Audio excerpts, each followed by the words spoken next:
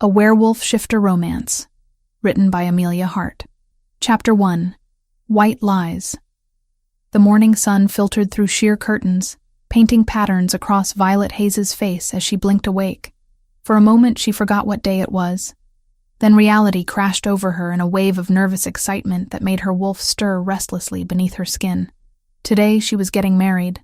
Violet sat up slowly, pressing a hand to her racing heart.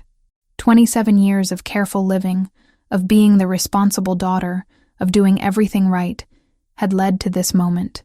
In 6 hours, she would walk down the aisle and become Luna to the Silver Pine Pack. She would bind her life to Cole Hartfield, the alpha who had pursued her with such focused intensity 3 years ago at that regional shifter conference. She could still remember that first meeting. She had been there representing her father, Theodore, who had been too ill to travel. Cole had approached her during the evening reception, his dark eyes fixed on her with an interest that made her skin flush. He had been charming, sophisticated, everything an alpha should be. When he asked for her contact information, she had given it without hesitation. Their courtship had been traditional, formal. Cole respected boundaries in a way that felt safe after a lifetime of watching her younger sister Scarlett chase excitement and drama. Where Scarlett was impulsive fire, Violet had always been steady earth. Their parents, Theodore and Claire, had made no secret of which daughter they preferred. Scarlett's beauty turned heads. Her confidence commanded rooms. Violet had learned early that being reliable was her value. 6 months ago, Cole had knelt before her in her parents' living room, with Theodore and Claire watching from the doorway. The proposal had been proper, witnessed, exactly as pack tradition demanded. Violet had said yes, because everything made sense.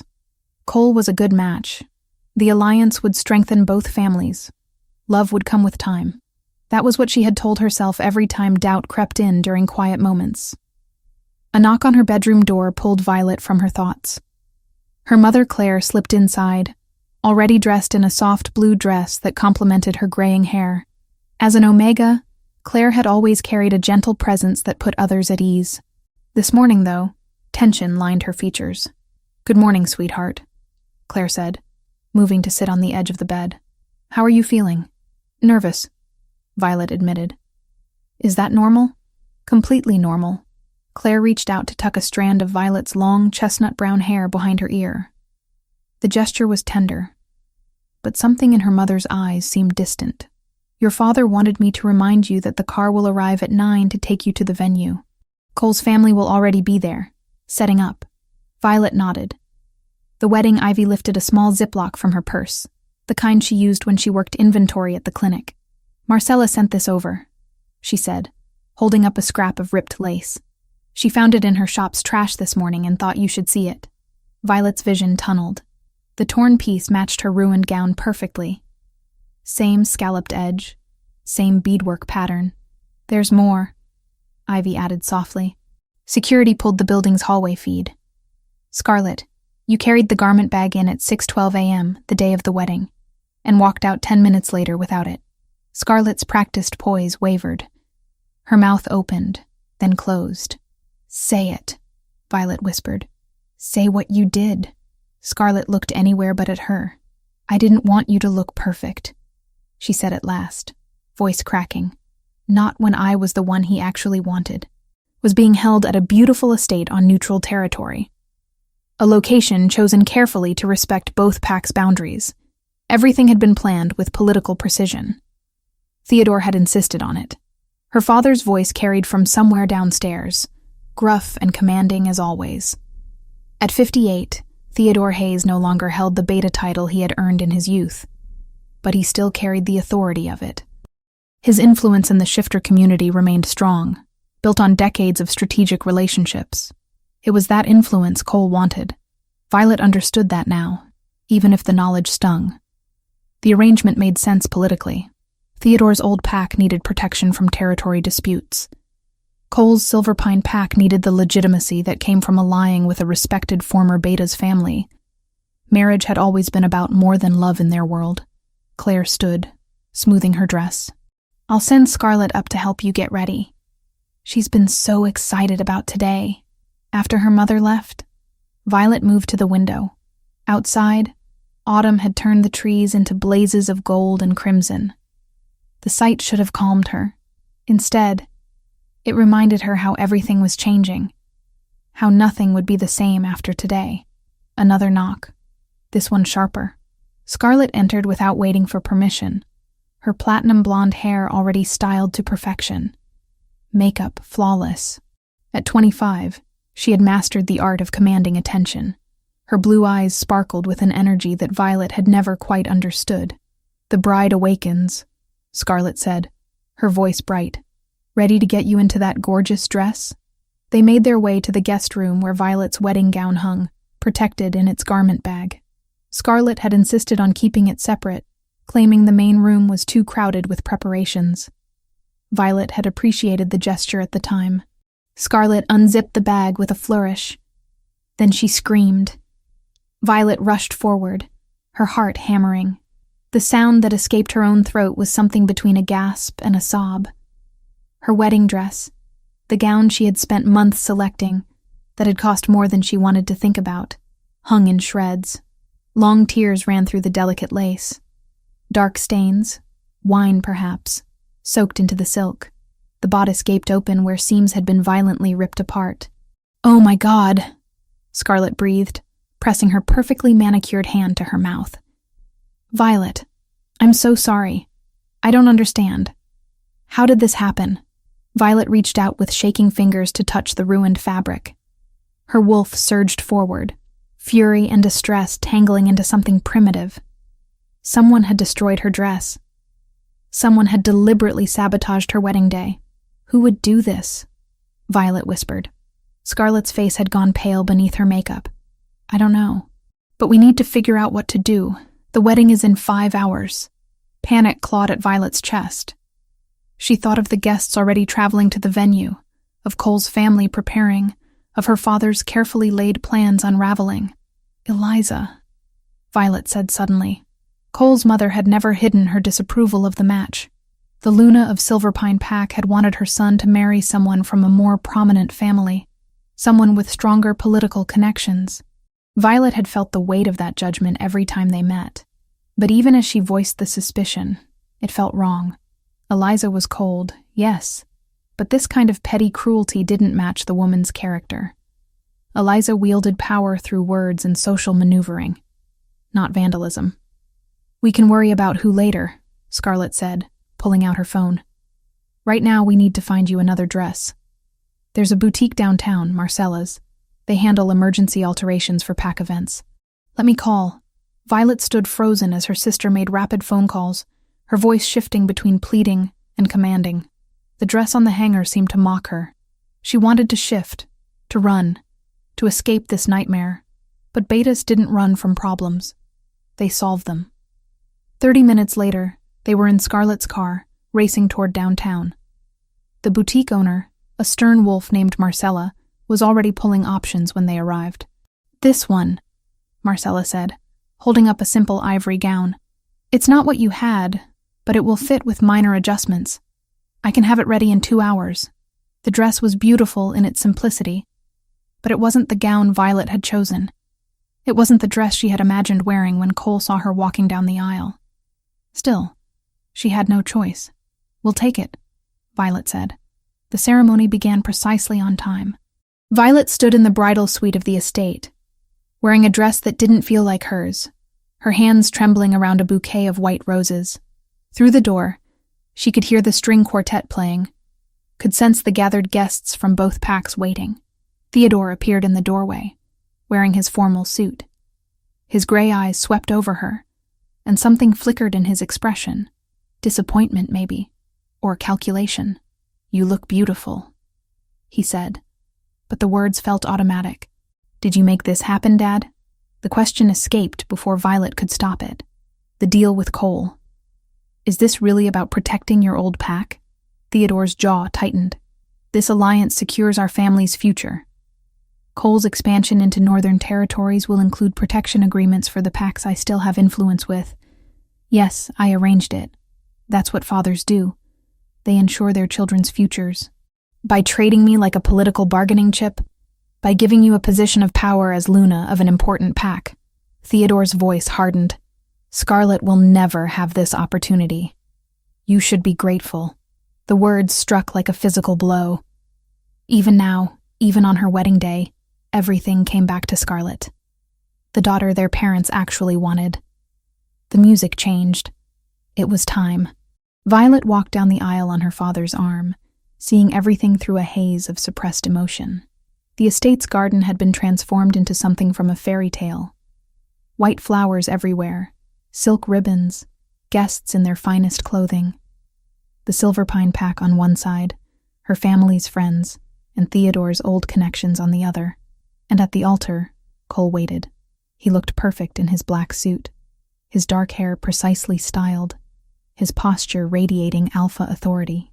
When his eyes met hers, Violet searched for warmth, for love, for anything that suggested this was more than a transaction. His expression remained neutral, professional. The ceremony proceeded. Violet heard herself making vows, felt Cole's hand, cool and firm, sliding a ring onto her finger. The officiant spoke about bonds and duty and pack unity. Nothing about love, nothing about choice. When Cole kissed her, it was brief, chaste, the kiss of two people fulfilling an obligation. The reception blurred together. Violet smiled until her face ached, accepted congratulations from wolves she barely knew, danced with her new husband while everyone watched. Cole's hand rested on her waist, maintaining exactly the proper distance. He spoke to her in low tones about the guests, about politics, about pack business. Never about them. "Cole," she said during one dance. "About the honeymoon. We need to postpone," he interrupted smoothly. "There's a situation with the northern border territories. Council business. I'll need to handle it immediately. But we planned—" "Violet." His voice carried that alpha edge that made her wolf want to submit. "This is important. You understand duty. It's one of the things I respect about you. Respect. Not love. Not desire. Respect." They left the reception in separate cars, Cole heading to pack headquarters for his emergency meeting, Violet driven to the apartment they were supposed to share. The driver helped her carry her bags inside, then left her alone in the unfamiliar space. Violet stood in the middle of the living room, still wearing her backup wedding dress, and felt the weight of her choices crushing down. This was her first night as a married woman, and she was completely alone. Her phone buzzed, a text from Cole. "Don't wait up. This might take all night." She looked around the empty apartment, at the life she had just committed to, and felt her wolf howl inside her chest. This wasn't how it was supposed to be. This wasn't how any of it was supposed to feel. Violet sank onto the couch, careful not to wrinkle her dress, and wondered if the ruined gown had been an omen. A warning she had been too afraid to heed. Chapter 2. Unveiled Betrayal. 2 weeks of marriage felt more like 2 years. Violet had tried everything to settle into her new role as Luna of Silverpine Pack, but the apartment she shared with Cole remained cold and unwelcoming despite her attempts to make it home. She hung curtains, arranged furniture, cooked meals that went uneaten. Cole was never there. Each morning he left before sunrise, claiming urgent pack business. Each night he returned well after midnight, reeking of stress and something else Violet couldn't quite identify. When she tried to initiate conversation, he responded with monosyllables. When she suggested they spend an evening together, he had another meeting, another crisis, another excuse. The pack house visits were worse. As Luna, Violet was expected to attend weekly gatherings where the female pack members discussed territory matters and community events. She had walked into her first meeting with genuine hope, ready to build relationships and prove her worth. The silence that greeted her entrance had been deafening. The women of Silverpine Pack smiled with their mouths but not their eyes. They answered her questions with minimal politeness and changed subjects when she approached conversations. After an hour of being systematically frozen out, Violet had excused herself to the bathroom and called Ivy. Her best friend had picked up on the first ring. "How's married life?" Ivy's voice was bright with forced cheer. "Ivy, something's wrong," Violet had whispered, pressing her back against the bathroom door. "Cole barely speaks to me. The pack women treat me like I'm invisible. This isn't what marriage is supposed to feel like. Give it time," Ivy had said. But her tone suggested she didn't believe her own words. You're adjusting to a new pack. These things take time. Now, standing in the produce section of the grocery store on a Tuesday afternoon, Violet heard her phone buzz. Ivy's name flashed on the screen. I need to see you, Ivy said without preamble. Can you meet me at the coffee shop? The one near your parents' house? 20 minutes later, Violet slid into a booth across from her best friend. Ivy's expression was troubled, her usual confidence replaced by obvious discomfort. What is it? Violet asked, though part of her didn't want to know. Ivy pulled out her phone, scrolling through social media. I've been watching your sister's Instagram. Violet, look at this. The photos were innocuous at first glance. Scarlet in various cafes, restaurants, parks. But as Ivy scrolled, a pattern emerged. In the background of several shots, barely visible, was a man. The same man. Dark hair, broad shoulders, a tribal tattoo visible on one forearm. Cole. This was posted 3 days ago, Ivy said, enlarging an image. And this one last week. They're always in the same places at the same times. Either it's the world's biggest coincidence or they're seeing each other, Violet finished, her voice hollow. The words should have hurt more than they did. Instead, Violet felt a strange numbness spreading through her chest. It made sense. It explained everything. Cole's distance, the pack's coldness, the destroyed wedding dress that had forced her into a backup gown. I could be wrong, Ivy said quickly. Maybe I'm seeing patterns that aren't there. But Violet was already standing, gathering her purse. I need to go home. Violet, wait. Let me come with you. No. I need to see this for myself. The drive back to the apartment felt surreal. Violet's wolf paced restlessly beneath her skin, sensing her distress. She parked in the underground garage and took the elevator up, her heart hammering against her ribs. The apartment was supposed to be empty. Cole had left that morning claiming a full day of territorial negotiations. Violet unlocked the door quietly, stepped inside, and heard voices from down the hall, from Cole's home office. She moved silently across the hardwood floor, her shifter stealth making her footsteps soundless. The office door stood slightly ajar.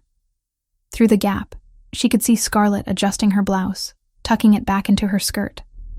Her lipstick was smudged, her hair mussed. Violet pushed the door open fully. Scarlet spun around, her blue eyes widening in manufactured surprise. Violet? I didn't know you'd be home. Clearly. Violet's voice sounded distant to her own ears. She looked past her sister to where Cole sat behind his desk, his expression maddeningly calm. How long? How long what? Scarlet asked, but her tone was too innocent. Practiced. Don't. The word came out sharp. Don't insult me by pretending. How long have you been sleeping with my husband? Something flickered across Scarlet's face. Not shame, not regret. Something closer to triumph. 3 months. The number hit Violet like a physical blow. 3 months. Her sister had been sleeping with Cole for 3 months, which meant the affair had started before the wedding, before Violet had walked down that aisle in her backup dress. You destroyed my wedding gown, Violet said, the pieces clicking into place with horrible clarity. That wasn't Eliza. It was you. Scarlet's smile was cold and beautiful. I couldn't let you walk down the aisle looking perfect. Not when you were stealing what should have been mine. Stealing? We're talking about my husband. Your husband.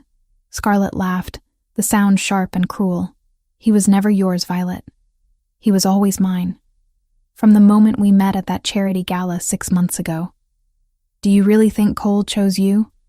Plain, boring, responsible Violet? Cole finally stood, moving around the desk. His expression remained neutral, as if they were discussing weather rather than betrayal.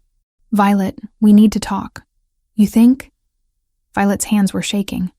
Her wolf wanted to surge forward, to shift, to tear something apart. She forced the animal down through sheer will. Tell me this is a mistake. Tell me I'm misunderstanding what I'm seeing. You're not misunderstanding anything. Cole's voice was matter-of-fact. Scarlet and I have been involved for months. The marriage to you was necessary for political reasons. Your father's connections, his influence with the northern packs. I needed those alliances to expand Silver Pine territory. The clinical way he spoke about using her made Violet's stomach turn. You married me for politics?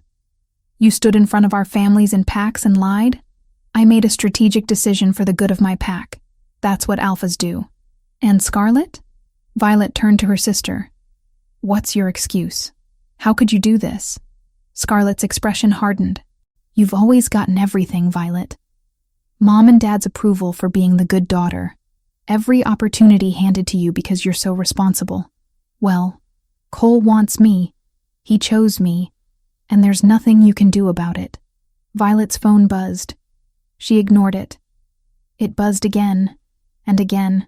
Cole glanced at his own phone, and something shifted in his expression.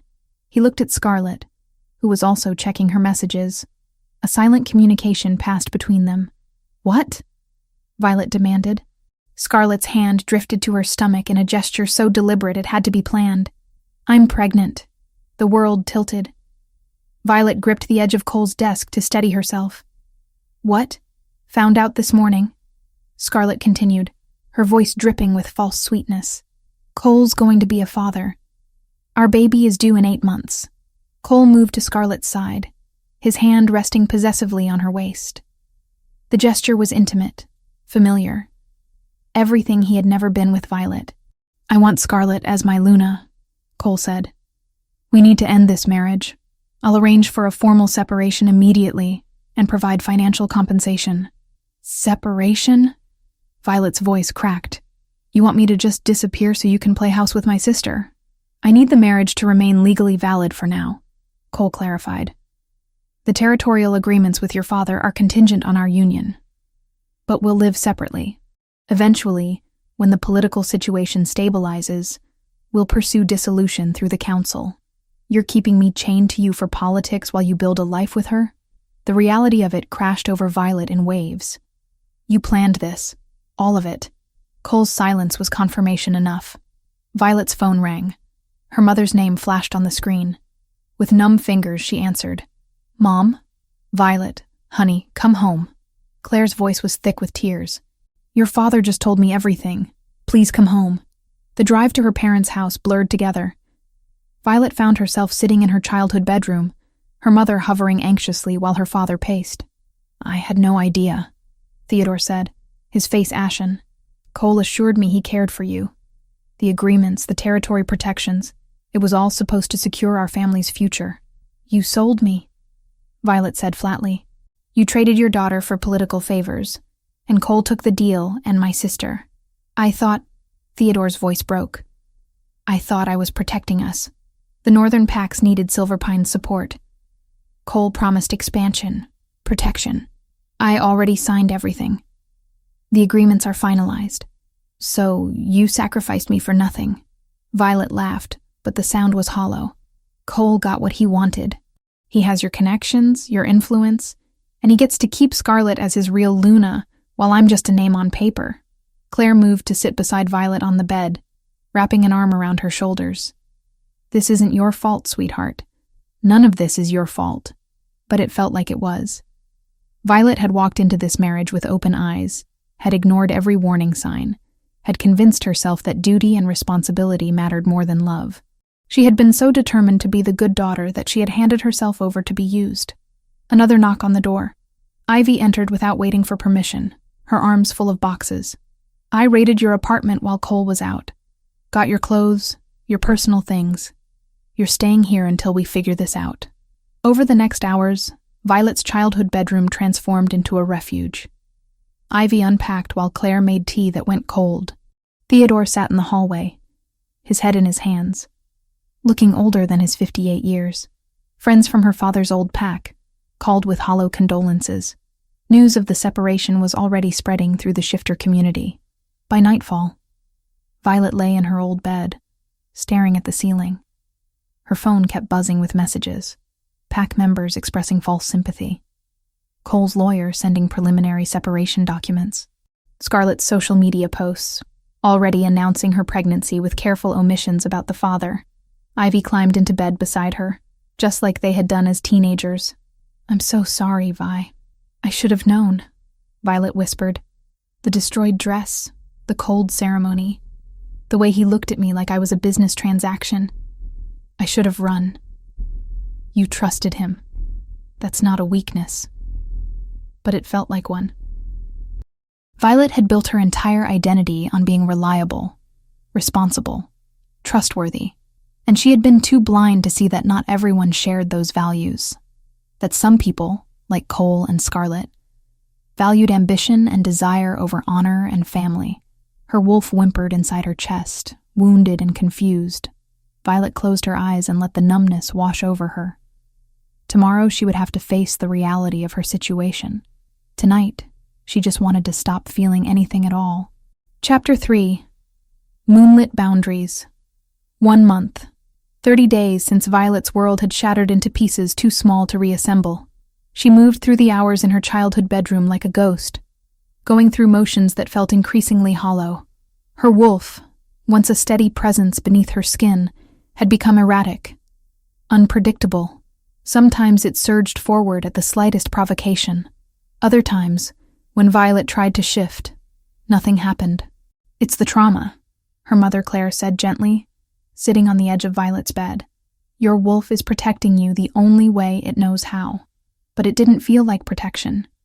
It felt like losing another piece of herself. Ivy had taken to visiting daily, bringing food that Violet didn't eat, and news from the outside world that she didn't want to hear. Scarlett had posted pregnancy photos on social media, her hand resting on a barely visible bump. Cole had been seen at pack functions with her on his arm.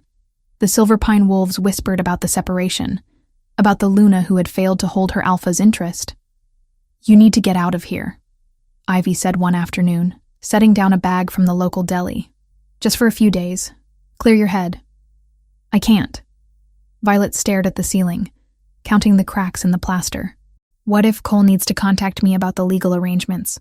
What if you lose yourself completely while waiting for scraps from a man who never deserved you? Ivy's voice was sharp with frustration. Vi, you're disappearing. I can see it happening and it's terrifying. Violet sat up slowly. Her reflection in the mirror across the room showed someone she barely recognized. Hollow cheeks, dark circles under once bright green eyes, hair that needed washing. The responsible daughter had become a cautionary tale. Where would I even go? She asked. Your grandmother's cabin, the one up near Riverbend Territory. It's been sitting empty since she passed. You loved it there as a kid. The memory surfaced through the fog. Summer vacation spent in a small cabin surrounded by pine trees, her grandmother teaching her to identify animal tracks and edible plants. That had been before the family had fractured, before Scarlett had become the favorite, before Violet had learned that love was conditional. It's isolated, Ivy continued.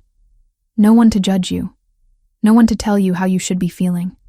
Just you and the forest. I don't know if I can shift properly, Violet admitted. What if I get stuck? Then you get stuck. At least you'll be somewhere you can work through it without an audience. 2 days later, Violet found herself driving up a winding mountain road, her car packed with basics. The cabin appeared through the trees exactly as she remembered. Small but sturdy, with a wraparound porch and windows that looked out onto endless forest. Her grandmother had left it to her in the will, a gesture that had confused Violet at the time.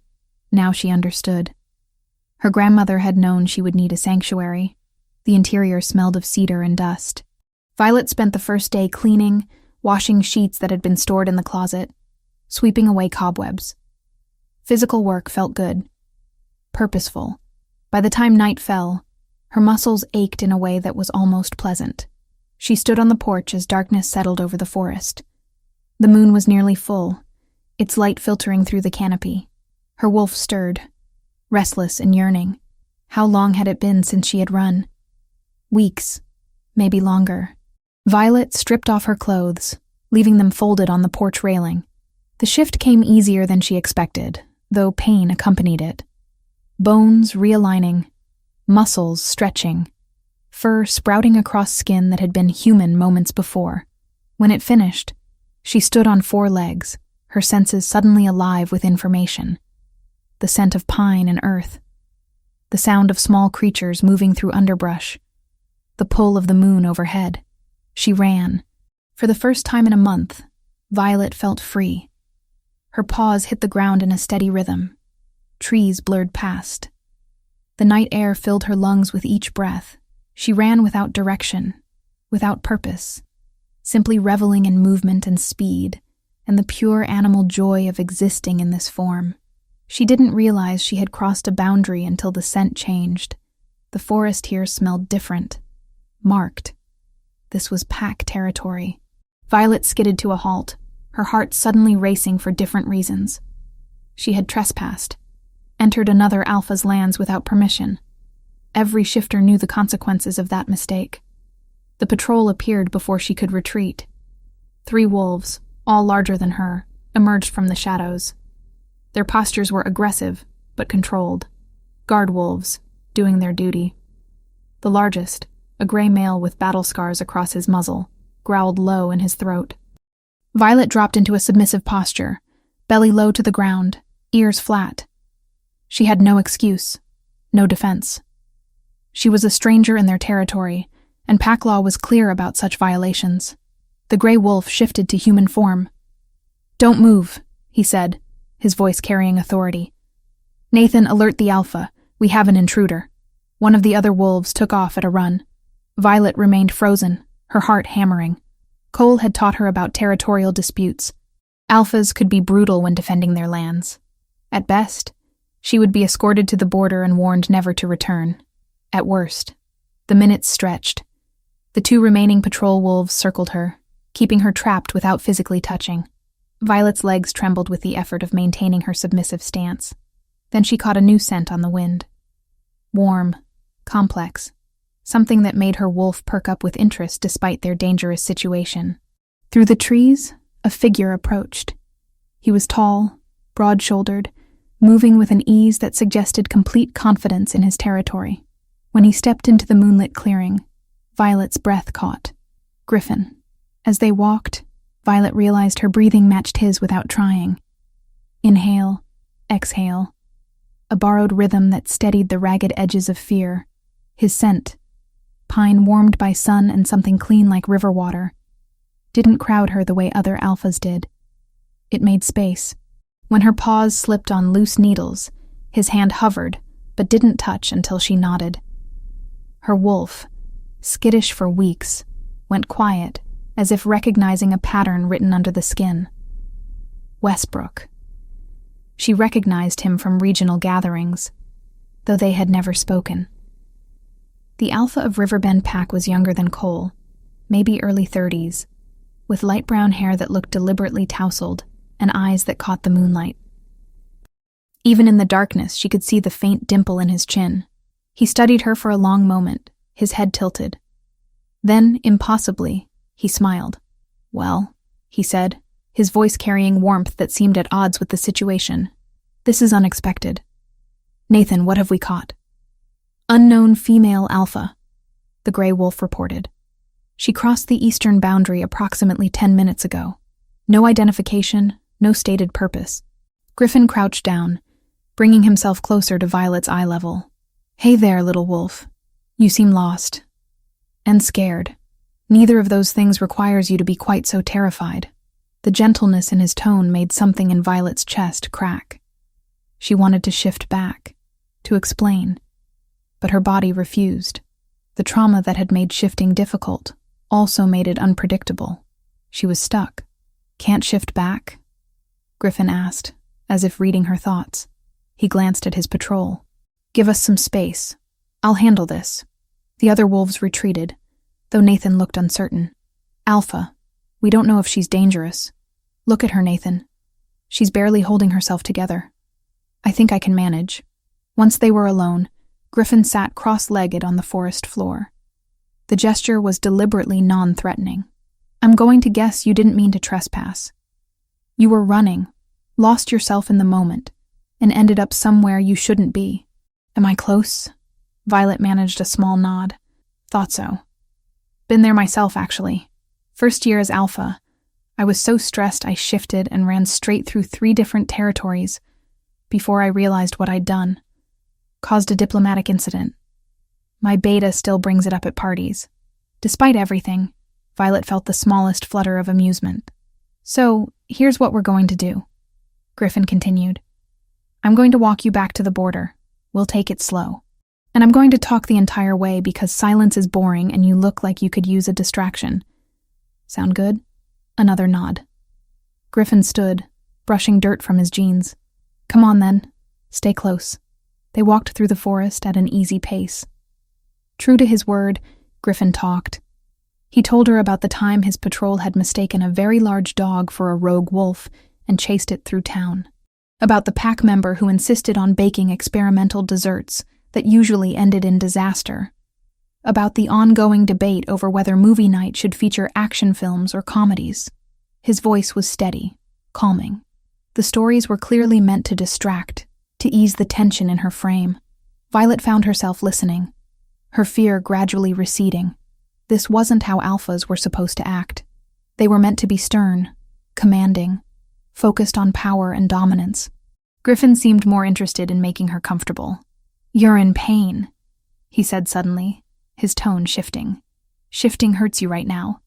Physical pain, not just the normal discomfort. Violet faltered in her steps. How had he known? I can smell it, Griffin explained. And I can see it in the way you're moving. Trauma does that sometimes. Makes the shift unpredictable. Makes everything harder. He paused. Whatever you're going through, whatever brought you to my territory tonight, I'm sorry. The kindness in his voice was too much. Violet felt her control slipping. She needed to shift back. Needed to explain. Needed to leave before she completely fell apart in front of this stranger. Take your time, Griffin said softly. There's no rush. We're almost to the border anyway. They emerged into a small clearing. Griffin pointed to a line of stones marking the boundary. That's neutral territory. Once you cross, you're safe from pack law. Violet focused every ounce of willpower on the shift. It came reluctantly, painfully. Her bones protested the change. Her muscles spasmed. When it finally finished, she collapsed to her knees, gasping. Griffin immediately pulled off his jacket and draped it around her shoulders. Easy. You pushed too hard. I'm sorry. Violet managed through tears she couldn't control. I didn't mean to trespass. I wasn't thinking. I just needed to run, and I lost track of where I was. Hey, no harm done. Griffin crouched beside her again. You want to tell me why shifting hurt that much? Violet shook her head. It's complicated. Most things worth discussing are. He studied her face in the moonlight. You're not from any pack I recognize. New to the area? Temporary, Violet said. I'm staying at my grandmother's cabin. Just for a few days. The old Hayes property. Griffin's expression brightened. I remember your grandmother. She used to bring cookies to the pack house when I was a kid. You're her granddaughter? Violet Hayes. Something shifted in Griffin's eyes. Recognition. She watched him connect the dots. Hayes. The failed marriage to Silver Pine's Alpha. The separation that had become gossip fodder throughout the region. But instead of pity or judgment, Griffin simply said, Well, Violet Hayes, I'm Griffin Westbrook, and I'm glad you're okay. He stood, pulling a phone from his pocket. I'm going to give you my number. If you need anything while you're here, call. If you want to run but you're worried about crossing boundaries again, call. If you just need someone who won't ask questions, call. Why would you do that? Violet asked. You don't know me. Griffin smiled, and the dimple appeared in his chin. Because everyone needs someone who understands what it's like to lose control sometimes. And because you looked like you needed a friend tonight more than you needed an alpha enforcing territory rules, he helped her to her feet, steadying her when she swayed. Get some rest. Your wolf will feel better after you've slept. Violet watched him disappear back into his territory, his jacket still warm around her shoulders. In her hand, his phone number glowed on her screen. For the first time in a month, she felt something other than despair. It was small, fragile, barely there at all, but it felt remarkably like hope. Chapter 4. Roots and Renewal. 3 nights after her encounter with Griffin, Violet woke at 2 a.m, drenched in sweat, her heart racing so fast she thought it might burst through her ribs. The nightmare had been vivid. Cole's voice telling her she was worthless. Scarlett laughing. The wedding dress in shreds. Her parents watching with disappointment etched across their faces. She stumbled out of bed, legs shaking, and barely made it to the bathroom before she was sick. Her reflection in the mirror showed someone she didn't recognize. Wild eyes, trembling hands, the panic attack. The healer's hands were steady and cool against Violet's pulse. "Your wolf isn't failing you," she said, listening to Violet's breath. "She's overprotecting you." Acute betrayal trauma can scramble the feedback loop between human mind and animal instinct. Your shifts stall, come late, or hurt. We treat it like any torn muscle. Slow exposure, consistent grounding, and someone you trust talking you back when panic spikes. Will it stop? It won't vanish overnight, the healer said, but it will answer to patience and practice. You're already mending. Gripped her chest like a vice, making it impossible to breathe properly. Her phone sat on the nightstand. Griffin's number glowed on the screen from where she had saved it. Violet stared at it for a long moment, pride warring with desperation. She barely knew him. He was an alpha with responsibilities. It was the middle of the night. Her fingers dialed before conscious thought could stop them. He answered on the second ring, his voice alert despite the hour. "Violet, what's wrong?" "I can't breathe," she managed. "I'm sorry. I shouldn't have called. I don't know why I—" "Where are you?" "The cabin." "Yes. I'll be there in 15 minutes. Stay on the line with me." Griffin talked to her the entire drive. Not about anything important.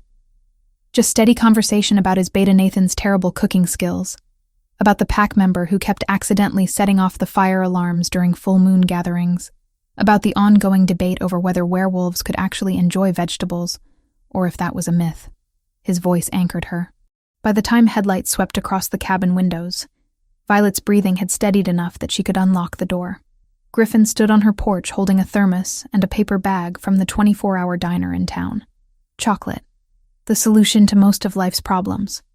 Also French fries, because sometimes carbs help. Violet found herself laughing despite everything. "You brought me comfort food at 2 a.m. I brought me comfort food. You just happened to benefit." He held up the bag. "Can I come in?" They sat on the cabin floor with their backs against the couch, the thermos of hot chocolate between them. Griffin didn't ask what had triggered the panic attack. Instead, he told her about taking over as alpha at 28 when his father had unexpectedly stepped down. "I had no idea what I was doing," Griffin admitted, stealing one of Violet's fries. "My first pack meeting, I accidentally called for a vote on something that alphas traditionally just decide. Nathan spent the next hour explaining why I'd just undermined my own authority. But you figured it out," Violet said. "Eventually, with a lot of mistakes along the way." His honey-colored eyes found hers. "The point is, everyone feels lost sometimes. Everyone has moments where they can't breathe, where the weight of everything crashes down. It doesn't make you weak. It makes you human. Or, wolf. Whatever." The sky was turning pink with dawn when Griffin finally stood to leave. "I have a favor to ask. We're working on a reforestation project along the eastern boundary. Planting native species, restoring habitat. Could use an extra set of hands if you're interested." "I don't know anything about forestry," Violet said. "Neither did I before we started. But it turns out digging holes and putting trees in them is remarkably therapeutic." Over the next 2 weeks, Violet found herself spending more time on Riverbend territory than at the cabin. The reforestation project became a routine. She would arrive mid-morning to find Griffin and a rotating crew of pack members already working. They planted saplings, cleared invasive species, marked areas for future growth. The physical labor was exactly what Violet needed. By a week later, Marcella emailed a formal statement and footage stills. Claire submitted them to the council's ethics board, and the verdict came quiet and clean. Community service, restitution for the destroyed gown, and a temporary ban on attending interpack functions unsupervised. For once, Scarlett's beauty didn't open any doors. The end of each day, her muscles ached in a satisfying way that left little energy for dwelling on her shattered marriage. The pack members treated her with casual friendliness, never mentioning Silver Pine or Cole or any of the gossip that must have reached them. Griffin worked alongside everyone else, his shirt invariably covered in dirt by noon, his laughter carrying through the trees. He had a gift for making people comfortable. Pack members joked with him as easily as they followed his instructions. There was no rigid hierarchy, No fear-based obedience, just genuine respect.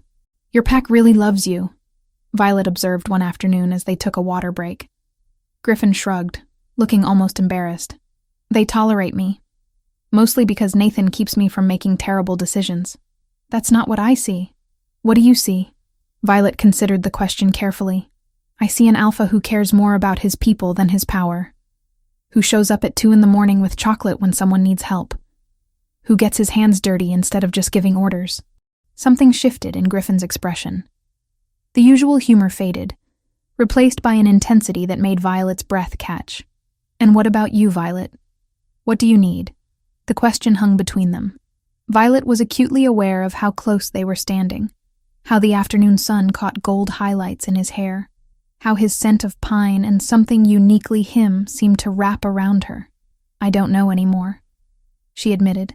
Griffin reached out slowly, giving her time to retreat, and tucked a strand of hair behind her ear. His fingers lingered against her cheek. I think you do. You're just afraid to want it. Violet's heart hammered. She swayed toward him, drawn by something she couldn't name. His gaze dropped to her lips. The moment stretched, charged with possibility. Then her phone rang, shattering the tension. Cole's name flashed on the screen. Violet stepped back quickly, answering with a trembling hand. What do you want? We need to finalize the separation paperwork, Cole said, his voice cold and businesslike. Where are you? That's none of your concern. It is if you're ignoring legal documents. I'm sending my lawyer to your parents' house. Be there tomorrow at 2. The call ended before Violet could respond. She stood frozen, the phone still pressed to her ear. Everything okay? Griffin asked carefully. Cole wants to meet about the separation. Do you want company? Moral support? Violet shook her head. I need to handle this myself.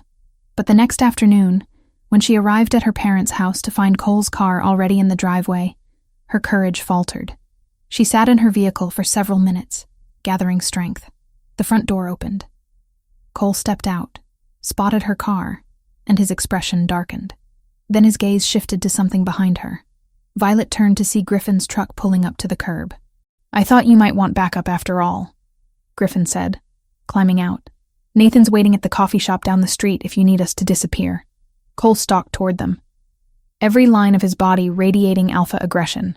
Who the hell is this? Griffin Westbrook, Griffin said pleasantly, extending his hand. Alpha of Riverbend Pack. Cole ignored the offered handshake. What's the Alpha of Riverbend doing with my wife? Your separated wife, Griffin corrected, his tone still friendly but with an edge beneath. Who called me because she needed support. Something you seem to have forgotten how to provide. This is none of your business. Actually, when you make Violet uncomfortable enough that she needs someone else there, it becomes my business. Violet stepped between them before the territorial posturing could escalate. Cole, let's just get this over with. But Cole's attention was fixed on Griffin, his nostrils flaring as he scented the air. You've been spending time together. I can smell him on you. We're friends, Violet said firmly. That's allowed, even in a separation. Friends. Cole's laugh was harsh. How convenient. You couldn't hold my interest, so you're already moving on to another alpha? The words struck like physical blows. Violet felt her wolf surge forward, fury replacing fear. But before she could respond, Griffin moved smoothly between them.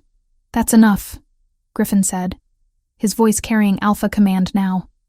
You don't talk to her that way. You have no authority here. Cole snarled.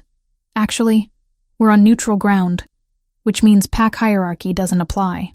Griffin's pleasant demeanor had vanished completely, replaced by something cold and dangerous. What does apply is basic decency, which you seem to lack. For a moment, Violet thought they might actually fight. Both alphas were tense, ready to shift at the slightest provocation. The air crackled with supernatural energy. Stop. Violet's voice cut through the tension. Both of you. Griffin, thank you, but I can handle this. Cole, you want me to sign papers? Fine. But you don't get to comment on my life anymore. You lost that right when you chose my sister. She pushed past both of them into the house. Her parents were in the kitchen, pretending not to have witnessed the scene outside. Cole's lawyer sat at the dining table with a stack of documents, An hour later, Violet emerged having signed everything. Formal separation, division of the minimal assets they'd accumulated in 2 weeks of marriage, agreements about how the legal marriage would continue for Cole's political purposes while they lived completely separate lives. Griffin was still there, leaning against his truck. Cole's car was gone. "You waited," Violet said. "Of course I waited." Griffin straightened. "Are you okay?" "I don't know." Violet felt exhausted down to her bones. He was right, wasn't he? About me not being enough to hold his interest. "Hey." Griffin caught her hand. "Cole's a manipulative bastard who used you for political gain. His inability to recognize your worth says nothing about you and everything about his deficiencies. You barely know me." "I know enough." Griffin's thumb traced circles on her palm. "I know you're brave enough to keep going after being betrayed by the 2 people who should have protected you. I know you laugh at my terrible jokes even when you're hurting. I know you work harder than anyone else on the planting project because you need purpose. That's more than enough to know you're remarkable." Violet felt tears burning behind her eyes. "Why are you being so kind to me?" Griffin was quiet for a moment. When he spoke, his voice was careful. "Because from the moment I saw you in my territory, terrified and unable to shift back, my wolf recognized something. I'm not going to pressure you. I'm not going to rush anything. But I need you to know that when I look at you, I see someone worth knowing. Worth protecting. Worth—" He stopped himself. "Worth what?" Violet whispered. "Worth waiting for. However long it takes." Later, after Griffin had left, Violet sat on her childhood bed and replayed the day. The confrontation with Cole. The way Griffin had stepped between them without hesitation. The feeling of his hand in hers. Her phone buzzed. A text from Ivy checking in. Another from her mother asking if she was okay. And one from Griffin. "Nathan says Cole's been talking to other alphas about forming an alliance against Riverbend, using Scarlett's pregnancy to gain sympathy. Thought you should know." Violet stared at the message. Cole was already weaponizing his relationship with her sister for political gain. The baby that wasn't even born yet was just another tool in his ambition. She typed back, "Thank you for telling me, and thank you for today." Griffin's response was immediate. "Anytime, literally. I meant what I said about calling whenever." Violet smiled despite everything. 3 weeks ago, she had been trapped in a marriage to a man who saw her as a transaction.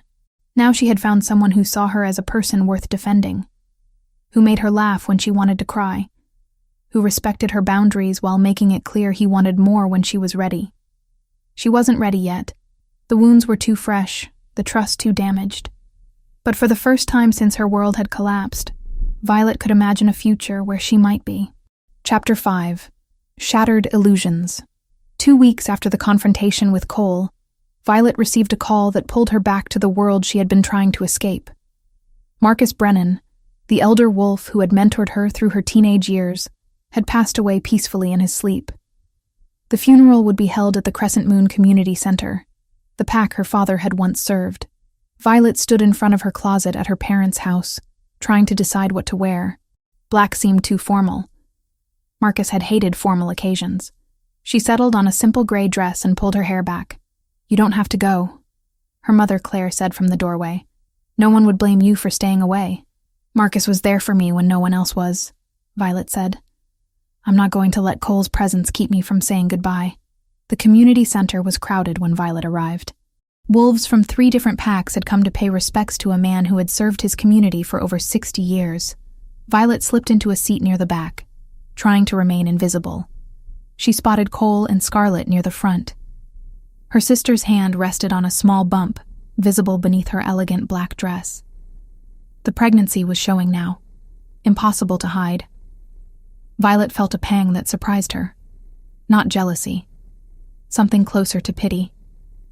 The service was beautiful. Speaker after speaker shared stories of Marcus's wisdom, his patience, his unwavering dedication to teaching young wolves about their heritage. When it ended, Violet stood to leave quickly, but a hand caught her arm. "Violet, wait." It was old Mrs. Chen, a friend of her grandmother's. "How are you holding up, dear?" "I'm managing," Violet said, glancing toward the exit. "That's good to hear." Such terrible business with your marriage. Mrs. Chen lowered her voice. But between you and me, I always thought there was something off about that boy. Too ambitious by half. Violet extracted herself as politely as possible and headed for the parking lot. She had almost reached her car when she heard rapid footsteps behind her. Violet, please. Scarlett's voice was strained. I need to talk to you. Violet turned slowly. Up close, her sister looked terrible despite the expensive makeup. Her eyes were red-rimmed. Her hands trembled. What do you want, Scarlett? Can we go somewhere private? Please. It's important. Against her better judgment, Violet followed her sister to a small park across the street. They sat on a bench beneath an oak tree, and for a long moment, neither spoke. I lost the baby, Scarlett said finally, her voice barely above a whisper. 3 days ago, I woke up bleeding and I knew. The doctor confirmed it. Miscarriage. The words hit Violet unexpectedly hard. Scarlett, I'm so sorry. That's terrible. Don't. Scarlett's voice turned sharp. Don't pretend to care. You probably wish this would happen. That's not true, Violet said, meaning it. I'm angry at you. Furious. But I would never wish that on anyone. Scarlett laughed bitterly. Well, it doesn't matter anyway. Cole doesn't know yet. I've been taking scent suppressors, the medical kind that mask hormonal changes. As far as he knows, everything's fine. Violet stared at her sister. Why would you lie about something like that? Because the moment he finds out, he'll leave me. Scarlett's composure cracked. The only reason he's with me is the baby. He told me that. Once there's no baby, there's no reason for him to stay. Scarlett, you can't fake a pregnancy. Eventually, I know. Scarlett's voice rose, then dropped. I know. But I need time. Time to figure out what to do. Time to make him fall in love with me for real. That's not going to happen, Violet said gently. Cole doesn't love anyone but himself. He could love me. If I just try harder. If I'm everything he needs. Scarlett grabbed Violet's hands. Please don't tell him. Please. You're my sister. You're supposed to protect me. Violet pulled away. I'm supposed to protect you? After what you did?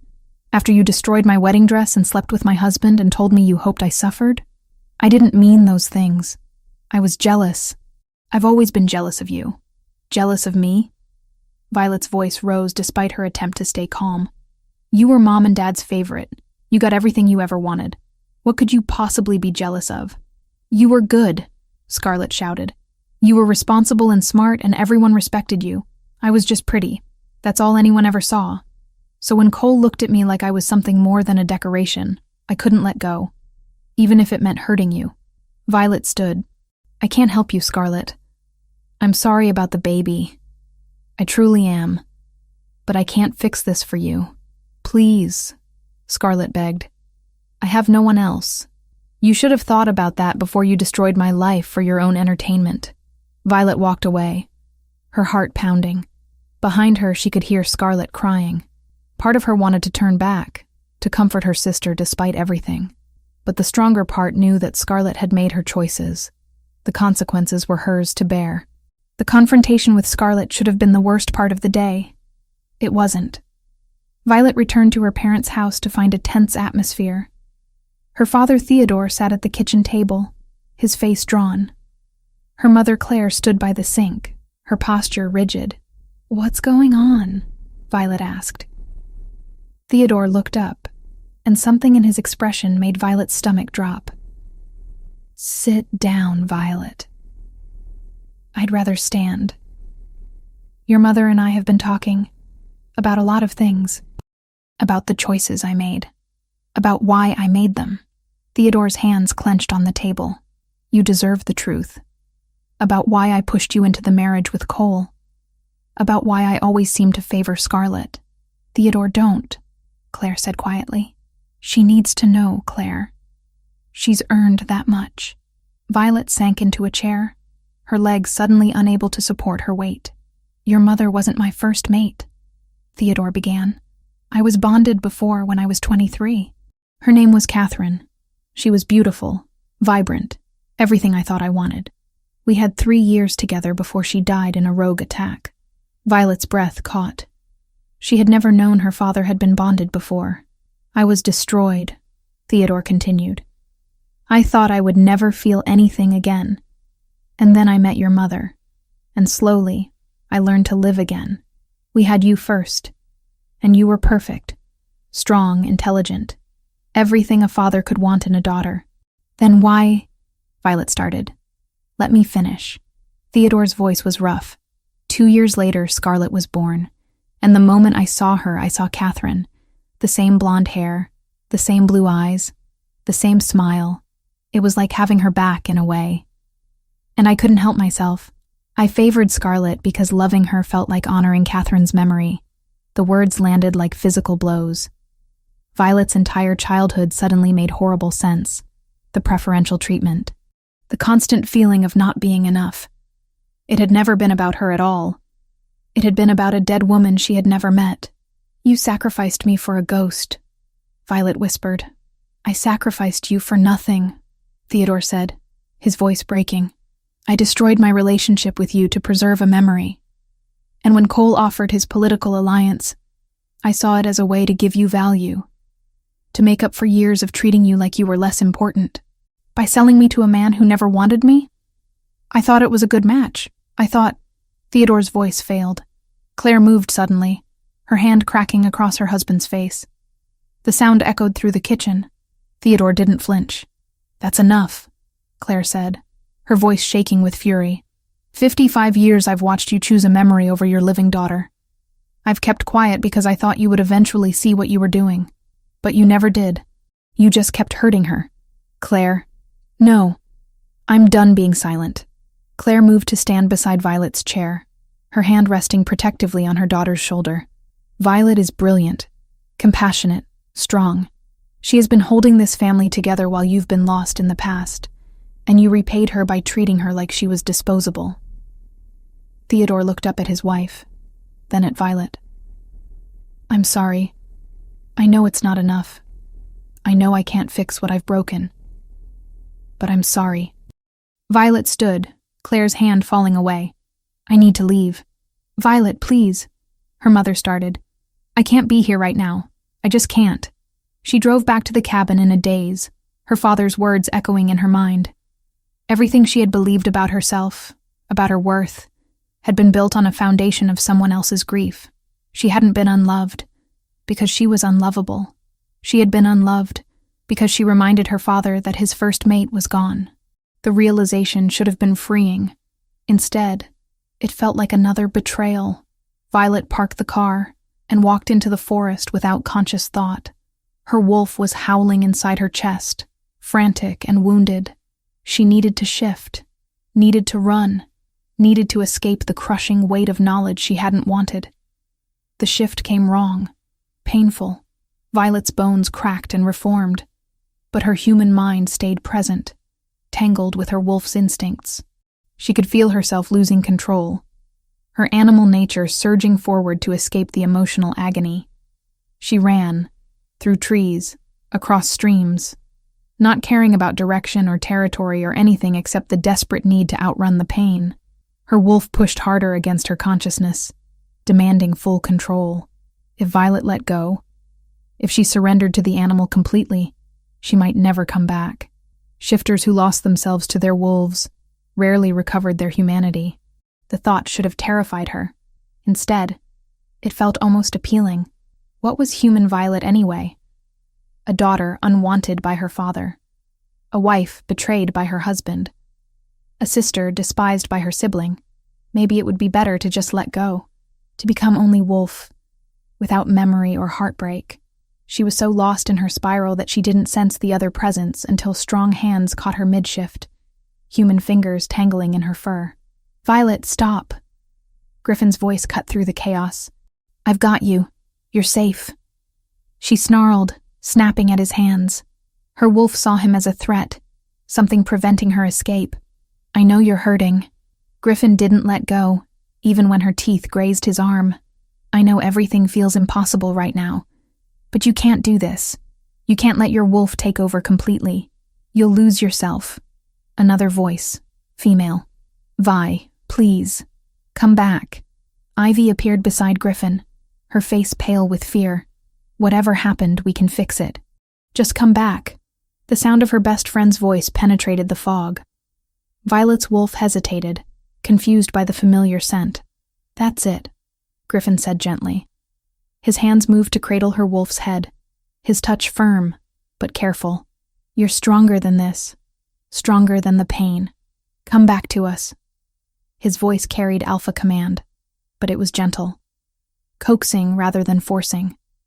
Violet felt her human mind gaining ground, pushing back against her wolf's desperate bid for control.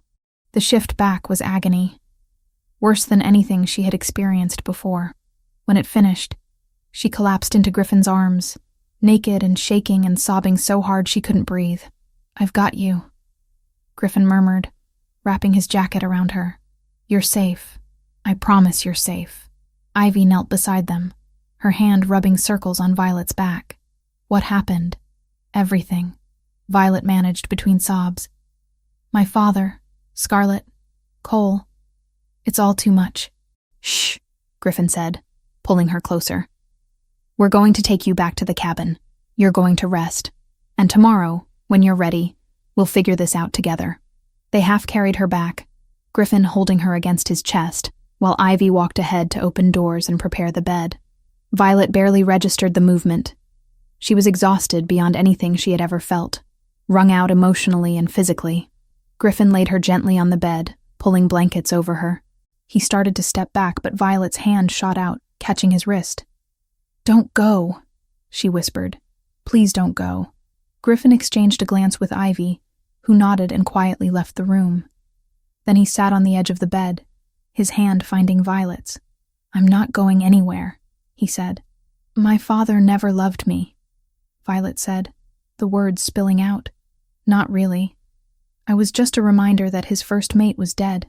And Scarlet hates me because I was the good daughter, even though Dad didn't care. And Cole used me. Everyone just used me. Not everyone, Griffin said quietly. Ivy loves you. Your mother loves you. And He stopped, his jaw working. What? Violet asked. Griffin was silent for a long moment. When he spoke, his voice was careful. From the moment I found you in my territory, terrified and unable to shift back, my wolf recognized you, not as pack, not as friend, as mate. Violet's breath caught. I'm not telling you this to pressure you, Griffin continued quickly.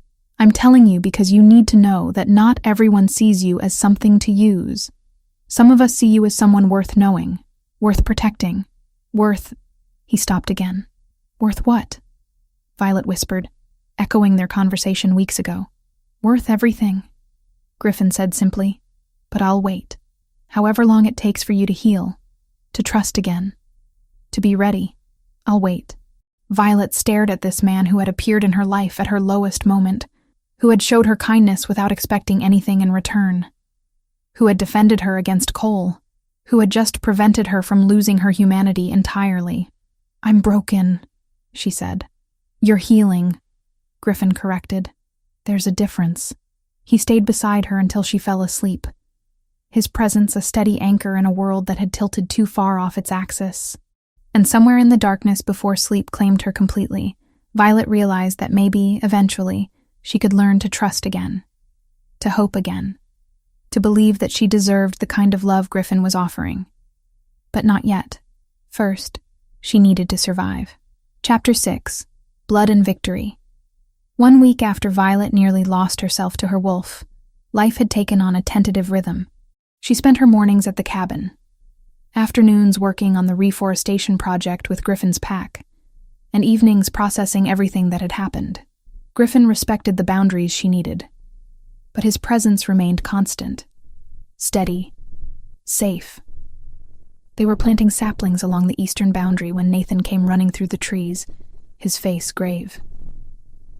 Alpha, we have a situation, Nathan said, barely winded despite the sprint. Cole Hartfield and a dozen of his warriors just crossed into our territory. He's demanding to see Violet. Griffin's expression hardened instantly. How many warriors? 12. all armed and in fighting stance. Violet's stomach dropped. This is my fault. I should leave before. You're not going anywhere, Griffin said firmly. He turned to Nathan. Alert the pack. Full defensive formation, but no aggressive moves unless I give the order. Violet stays with me. They met Cole at the main clearing, where territorial disputes were traditionally settled. Griffin's pack had assembled quickly, forming a protective semicircle behind their alpha. Cole stood with his warriors spread out in an intimidating display of force. Violet, Cole called out, ignoring Griffin entirely. We need to talk. Alone. Anything you need to say, you can say in front of witnesses, Violet replied, her voice steadier than she felt. Cole's jaw tightened. The separation was supposed to be temporary. I've decided it's time for you to return home.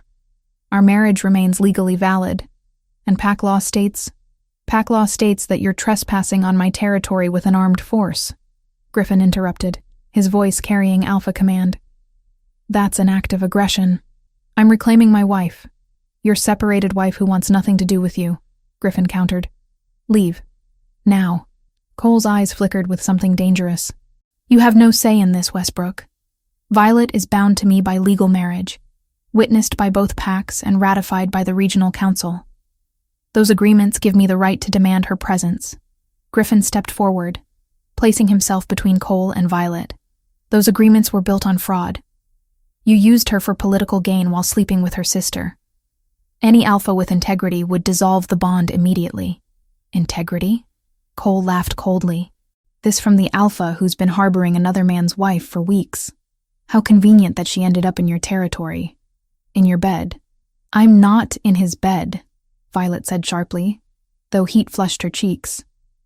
And even if I were, it wouldn't be any of your concern. You gave up the right to care about my life when you chose Scarlett. Cole's expression twisted. Scarlett lied about the pregnancy. She lost it weeks ago and said nothing. Do you understand what that means?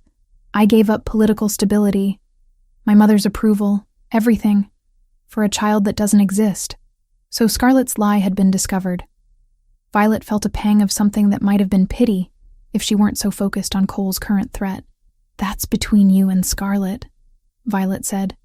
It has nothing to do with me. It has everything to do with you. Cole's control was slipping.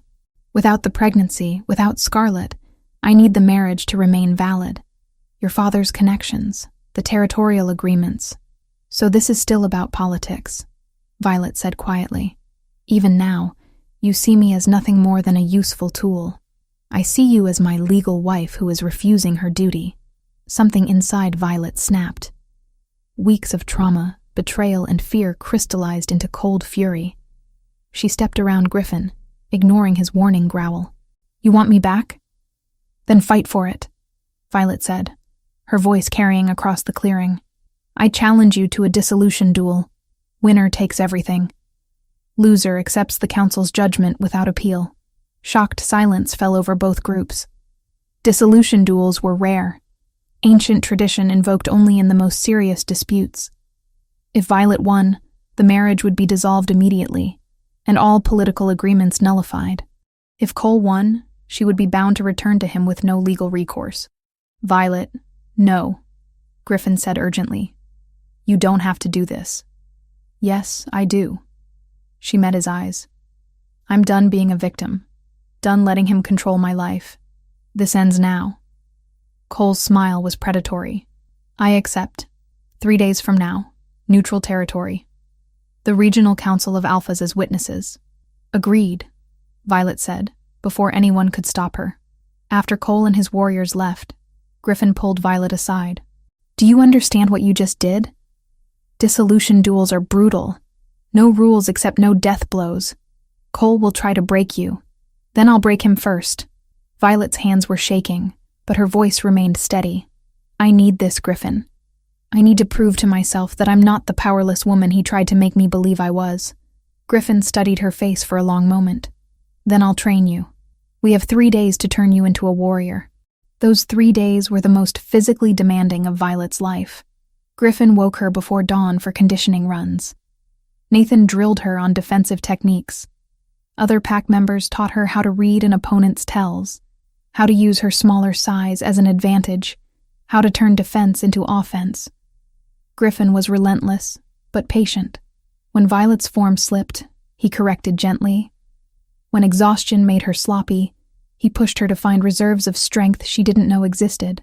At night, he tended her bruises and strained muscles with a healer's touch. "You're ready," Griffin said on the evening before the duel. They sat by the cabin's fireplace, Violet's body aching, but her mind clear. "But I need you to promise me something." "What?" "If it goes wrong, if he's about to seriously injure you, surrender. Your pride isn't worth permanent damage, and if I surrender, I go back to him. Then I'll find another way to get you free," Griffin said fiercely. "Legal challenges, council appeals, something. But I won't watch you die for the principle of the thing." Violet reached for his hand. "I'm not going to die. I'm going to win." The neutral territory was a clearing in the forest between 3 packlands, designated centuries ago for settling disputes. When Violet arrived with Griffin and Ivy, she found it already crowded. The regional council of alphas sat in a raised section, 5 stern-faced wolves who would judge the combat. Cole stood in the center with his mother Eliza and several Silverpine pack members. "You came," Cole said as Violet approached. "I half expected you to run." "I'm done running from you." The head counselor, an ancient alpha named Morrison, stepped forward. "This is a dissolution duel, called by Violet Hayes Hartfield against her legal mate Cole Hartfield. The rules are, no forged weapons, no poisons, no pack interference," head counselor Morrison intoned. "Natural objects at hand are permitted. No death blows. The duel ends upon yielding or incapacitation. Traditional. No weapons. No interference from seconds. No death blows. The duel continues until one party yields or is incapacitated. The winner's terms will be enforced by council law. Are both parties willing?" "I am," Violet said. "I am," Cole echoed.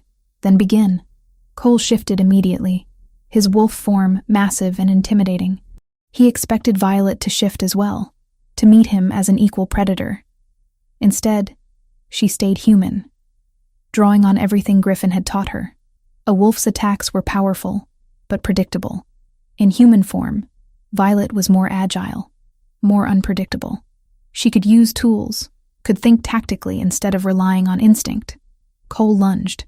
Violet dodged left, her hand closing around a fallen branch. When he came at her again, she swung hard, catching him across the snout. He yelped and backed off, surprised. "Shift," Cole snarled, his voice distorted by his wolf form. "Fight me properly." "No," Violet said. "I fight my way." She pressed her advantage, forcing Cole to defend against attacks he couldn't predict. A kick to his ribs, dirt thrown in his eyes. When he finally caught her arm in his jaws, she didn't panic. Instead, she used her free hand to gouge at his eyes until he released her. The fight lasted 20 brutal minutes. By the end, both were bleeding, exhausted, and desperate. Cole pinned Violet to the ground, his weight crushing her chest. His jaws opened near her throat. "Yield," he demanded. Violet's hand found a rock. With the last of her strength, she brought it down on Cole's temple. He collapsed sideways, dazed. She rolled on top of him, pressing her forearm across his windpipe, with just enough pressure to restrict his breathing. "You used me," Violet said, her voice raw. "You manipulated my father, betrayed me with my sister, and tried to keep me chained to you for politics. I want the council to know what kind of alpha you are." She raised her voice so everyone could hear. 3 months before our wedding, Cole started an affair with my sister. He married me knowing he wanted her. He used our bond to secure territorial agreements, then demanded separation while keeping the marriage legal for political gain. He cares nothing for pack loyalty or honor, only for power. Murmurs rippled through the crowd. The council alphas leaned forward, their expressions grave. "Is this true?" Morrison demanded. Cole couldn't answer with Violet's arm on his throat, but his silence was answer enough. Eliza's face had gone white with horror. "I yield, recorded for the rolls," Morrison declared. Alpha Cole Hartfield is formally censured for dishonor by deception and for advancing armed onto neutral land to coerce a separated spouse. Council review of Silverpine's pending claims is hereby opened. A rustle of shocked whispers moved through the crowd, like wind through dry grass. For the first time, Cole looked small. Counselor Dajan rose, gaze hard. Riverbend's healer confirmed scent maskers of the restricted class were purchased under an alias last month and administered without oversight. Such medical masking to mislead an alpha's legal decision is a censure-level offense. Notices will be served. Eliza flinched. Cole said nothing. Cole finally gasped. I yield. Violet released him and stood, swaying but triumphant. I want the marriage dissolved. All agreements nullified. And I want it recorded that Cole Hartfield violated pack honor through deception and betrayal. Morrison stood. The dissolution is granted. The marriage between Violet Hayes and Cole Hartfield is dissolved, effective immediately. All territorial agreements built on said marriage are nullified. He turned to Cole. You've brought shame to your pack, Alpha Hartfield. The council will be reviewing your other territorial claims. Consider your standing diminished. Griffin was beside Violet in an instant, steadying her. You did it, he said, wonder in his voice. You actually did it. I did, Violet agreed. Then her legs gave out. Griffin caught her, lifting her into his arms. I've got you.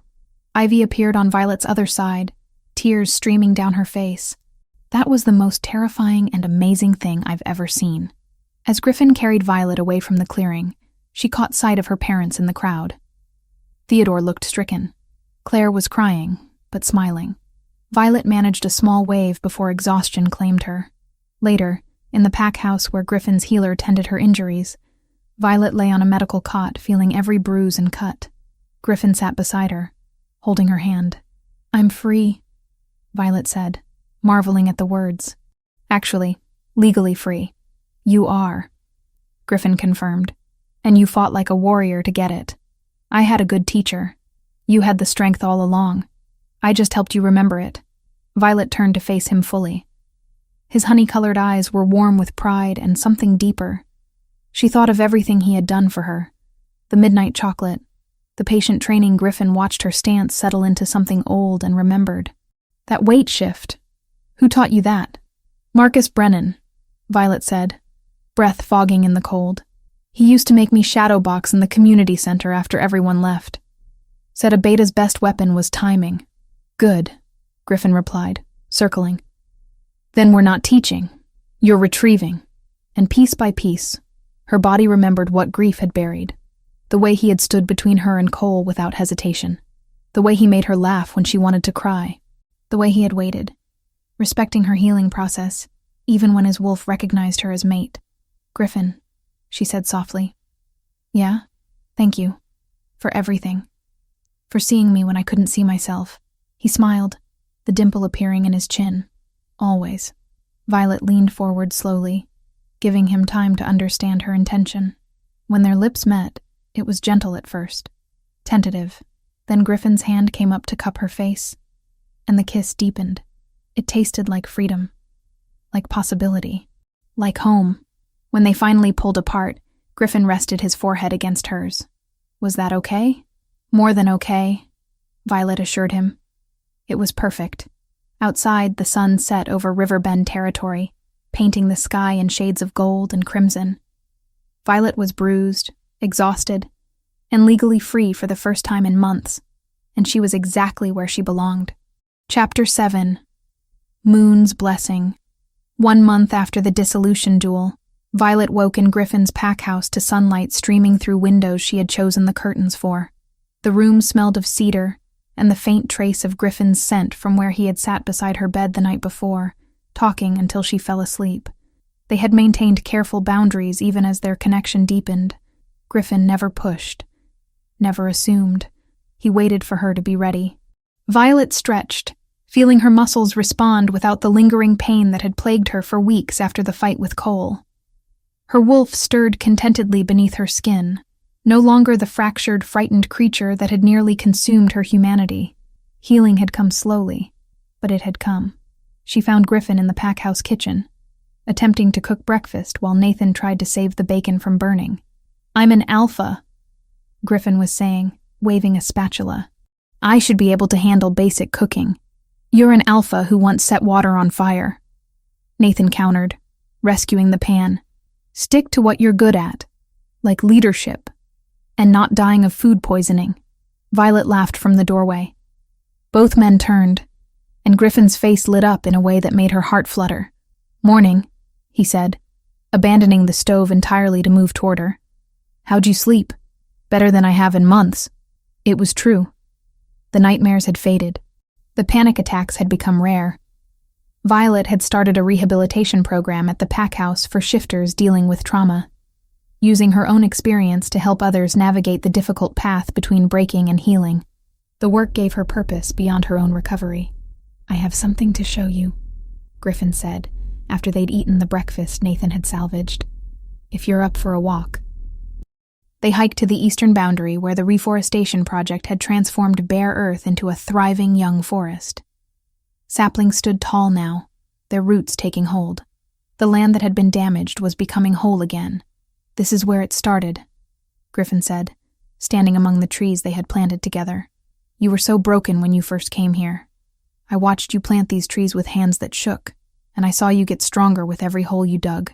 You helped me see I could be more than what Cole and my father made me believe, Violet said softly. Griffin turned to face her fully.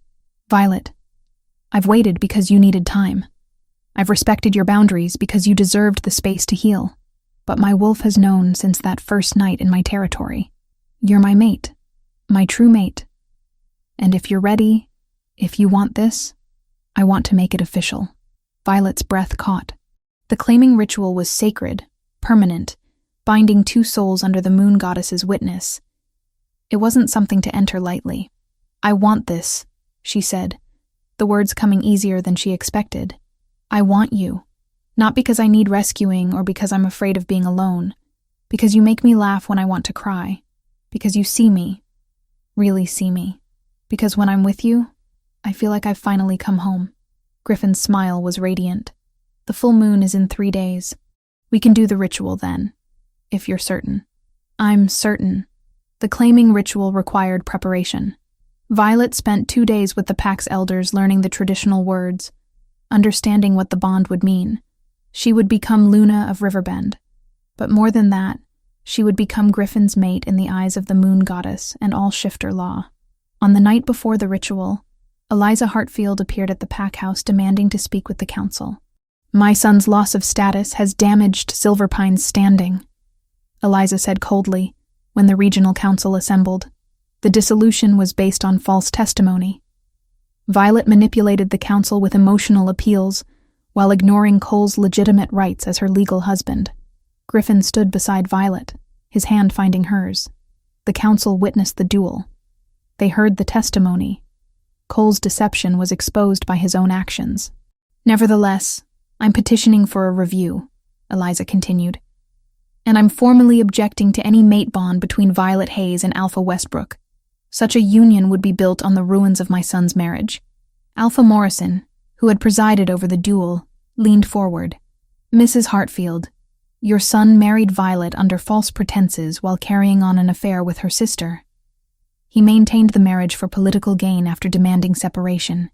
The council found his actions dishonorable. There are no grounds for review. Then let me speak plainly, Eliza said, her gaze shifting to Violet. I knew about the affair. I knew Cole was sleeping with Scarlett before the wedding. I said nothing because I believed it would force the marriage to fail, giving my son an excuse to dissolve it and marry someone more suitable. The admission hung in the air. Violet felt Griffin's hand tighten around hers. You knew, Violet said quietly. That's why you were so hostile from the beginning. You wanted me to fail. I wanted my son to have a Luna worthy of his station, Eliza said. You were always going to be temporary. I simply hoped you would realize it faster. Your son got exactly the Luna he deserved, Griffin said, his voice carrying alpha command. A manipulative opportunist who lied about a pregnancy to keep his attention. Meanwhile, Violet has shown more honor and strength than Cole could ever understand. Morrison stood. Mrs. Hartfield, your objection is noted and denied. The claiming ritual will proceed as scheduled. This council has spoken. After Eliza left, Violet felt surprisingly calm. The final piece of the puzzle had fallen into place. Eliza's hostility hadn't been about Violet's worth. It had been about protecting her son's ambition at any cost. "Are you okay?" Griffin asked once they were alone. "I'm better than okay," Violet said. "She doesn't get to define my value anymore." None of them do. The full moon rose over Riverbend territory in brilliant silver glory. The pack gathered in the clearing designated for sacred ceremonies, forming a circle around the ritual space. Violet wore a simple white dress, her long chestnut hair loose around her shoulders. Griffin stood waiting, dressed in traditional ceremonial clothing, his honey-colored eyes reflecting the moonlight. The pack elder began the ceremony with words older than memory. "We gather under the moon goddess's light to witness the bonding of two souls. Griffin Westbrook, Alpha of Riverbend, and Violet Hayes. Do you come freely to this claiming?" "We do," they said in unison. "Then speak your truth." Griffin took Violet's hands. "I claim you as my mate, my Luna, my equal in all things. I vow to protect you, to honor you, to stand beside you in joy and in struggle. My wolf recognizes yours. My soul calls to yours. Before the moon goddess and this pack, I bind myself to you willingly." Violet's voice was steady despite the emotion flooding through her. "I accept your claim. I claim you as my mate, my alpha, my partner in all things. I vow to stand with you, to support you, to build a life beside you. My wolf recognizes yours. My soul calls to yours. Before the moon goddess and this pack, I bind myself to you willingly." The moment the words were spoken, Violet felt it, the mate bond snapping into place like a golden thread connecting her heart to Griffin's. It was nothing like the hollow farce with Cole. This was real, powerful, sacred. She could feel Griffin's emotions as clearly as her own.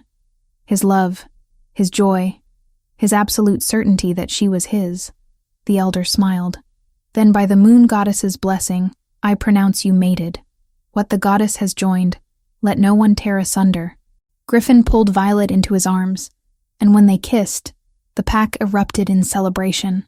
The bond between them pulsed with shared happiness, and Violet felt her wolf rise to meet Griffin's in perfect harmony. Later, in Griffin's private quarters, they lay together beneath the moonlight streaming through the windows. The claiming was complete, the bond forged. Violet traced patterns on Griffin's chest, marveling at the certainty she felt. "I never thought I could feel this safe with someone," she admitted. "This scene, you never have to hide with me," Griffin promised. "Not ever." The next morning brought an unexpected visitor. Theodore Hayes stood at the pack house door, looking older and more uncertain than Violet had ever seen him. "May I speak with you?" he asked when Violet answered. They sat in the garden, the early morning air crisp and clean. Theodore struggled to find words, his hands clenching and unclenching. "I've spent the last month thinking about what I said to you," he began finally. "About Catherine. About how I let a ghost steal my relationship with my living daughter. And I realized I've been a coward. Dad, please let me finish." Theodore's voice cracked. "You deserved a father who saw your value, who celebrated your strengths, who protected you instead of using you. I gave you none of that. I sacrificed you to fix my own regrets, and I almost destroyed you in the process." Violet felt tears burning behind her eyes. "Why are you telling me this now?" "Because I watched you fight Cole in that clearing, and I saw the woman you've become despite my failures. Because you deserve to know that your worth was never in question. Only my ability to see it." Theodore met her eyes. "I'm sorry, Violet, for all of it. And I understand if you can't forgive me." Violet was quiet for a long moment, feeling the weight of years of hurt and disappointment. But she also felt Griffin's presence through their new bond, steady and reassuring. She had built a life beyond her father's approval. His recognition of his failures didn't erase the damage, but it was a start. "I'm not ready to forgive you," Violet said honestly. "Not completely, but I'm willing to try rebuilding something. On my terms, with clear boundaries. I'll take that," Theodore said, relief flooding his expression. "Whatever you're willing to give, I'll take it." Griffin appeared in the garden doorway, and Violet felt his question through their bond. She nodded, and he came to sit beside her, his hand resting supportively on her shoulder. "This is my mate, Griffin Westbrook," Violet said, and the pride in her voice was unmistakable. "And this is my pack now. If you want to be part of my life, you'll need to respect that. Theodore extended his hand to Griffin. Thank you for seeing what I was too blind to recognize. For giving my daughter the support she deserved. Violet saved herself, Griffin said firmly. I just gave her space to do it. As her father left, Violet leaned into Griffin's embrace, feeling the bond between them warm and constant. She had lost so much over the past months, a marriage, her faith in her family, her sense of safety. But she had gained something infinitely more valuable. She had found herself. She had found her strength. And she had found a love that was real, chosen, and absolutely hers. Chapter 8. New Territory. 6 months after the claiming ritual, Violet stood at the podium in the Riverbend Community Center, addressing a room full of shifters who had come from 5 different packs to hear about the trauma rehabilitation program she had developed. Recovery isn't linear, Violet said, her voice steady and confident. Some days you'll feel strong. Other days, the weight of what happened will make it hard to breathe. Both are normal. Both are part of healing.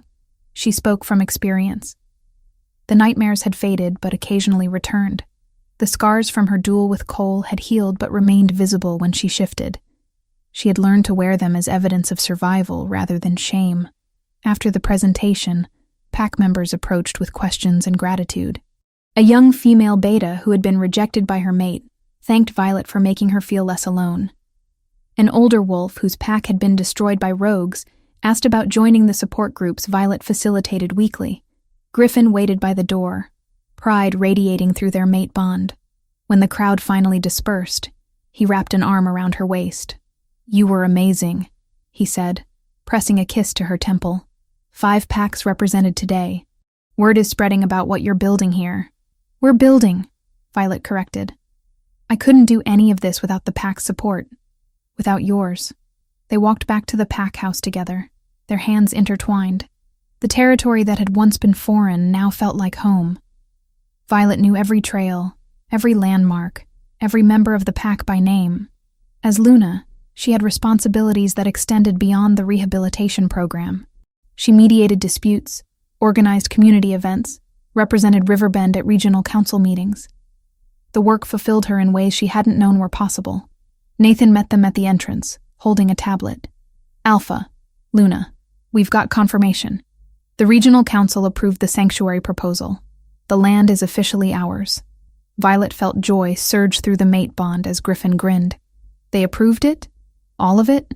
Every acre. The designation goes into effect next month. The Wolf Sanctuary had been Violet's dream project since becoming Luna. A protected territory on the border where wild wolves could live safely, away from hunters and human development. Griffin had supported the idea immediately, helping her navigate the complex bureaucracy of land acquisition and environmental protection laws. We need to celebrate, Griffin said, pulling Violet close. This is huge. Later that evening, the pack gathered for an impromptu celebration. Ivy appeared with champagne she had apparently been saving for exactly this occasion. To the Luna who makes things happen, Ivy said, raising her glass. And to my best friend, who never stopped fighting for what matters. Violet hugged Ivy tightly. Thank you for never giving up on me, even when I'd given up on myself. That's what family does, Ivy said. She had been formally named Beta Female of Riverbend 3 months ago, a position she filled with the same fierce loyalty she had always shown Violet.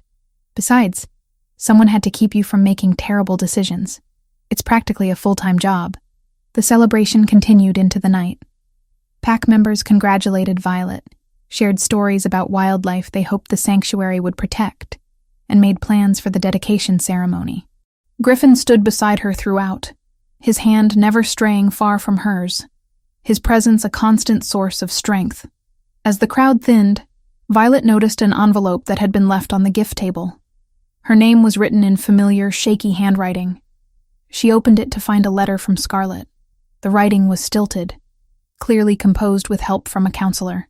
Scarlett wrote about the rehabilitation facility where she had been living for the past 4 months, working through alcohol dependency and the self-image issues that had driven so many of her destructive choices. She didn't ask for forgiveness. She didn't make excuses. She simply acknowledged the damage she had caused and expressed hope that someday They might find a way to be sisters again. Violet folded the letter carefully. She wasn't ready to forgive Scarlet. Maybe she never would be. But she could acknowledge that her sister was trying to change, to become better than the person who had destroyed a wedding dress out of spite and jealousy. She wrote a brief response that night. "I'm glad you're getting help. I hope you find peace. That's all I can offer right now." It was honest. It was enough. 2 days later, Cole appeared at the border of Riverbend territory. He requested a formal audience with the Alpha and Luna, following proper protocol for once. Griffin wanted to refuse, but Violet agreed to meet him with Nathan present as witness. They met in a neutral clearing. Cole looked diminished somehow, his confidence stripped away. News had spread about how he had lost half his territory to a rival pack after the regional council's investigation exposed years of shady political maneuvering. The Silver Pine pack that had once seemed so powerful was now struggling to maintain relevance. "I came to apologize," Cole said without preamble. "For everything. For using you. For the affair with your sister. For trying to force you back after the separation. You deserved better." Violet studied the man who had once held so much power over her life. She felt nothing. No anger, no satisfaction. Not even pity. Just a distant recognition that he was someone who had briefly been part of her story, but no longer mattered. "I don't forgive you," Violet said calmly. "And I don't hate you either. I just don't think about you anymore. You're part of a past I've moved beyond." Cole flinched. "I understand. I just wanted you to know that I see now what I lost, what I threw away. You didn't lose me, Cole. You never had me. You had a transaction, a political arrangement. That's all it ever was." After Cole left, Griffin pulled Violet into his arms. "You okay?" "Better than okay," Violet said, meaning it. "He doesn't get to live in my head anymore. He doesn't get any space in my life at all." The next afternoon brought a visit from Theodore and Claire. They had been coming regularly since the claiming, slowly rebuilding their relationship with Violet on her terms. The progress was gradual, but real. Theodore had started therapy to work through his grief over Catherine. Claire had become more assertive, no longer allowing her husband to dictate family dynamics. They sat in the garden behind the pack house, drinking tea while Griffin tactfully gave them privacy. "Your mother and I wanted to tell you in person," Theodore said. "We're selling the house, moving to a smaller place closer to your mother's sister in the Northern Territories." "That's a big change," Violet said carefully. "It's time," Claire said, reaching for Violet's hand. "That house holds too many painful memories. Too many years of me being silent when I should have spoken up. We need a fresh start, and we wanted to give you this," Theodore said, sliding an envelope across the table. Inside was a check for a substantial amount. "Money from your grandmother's estate that should have gone to you years ago.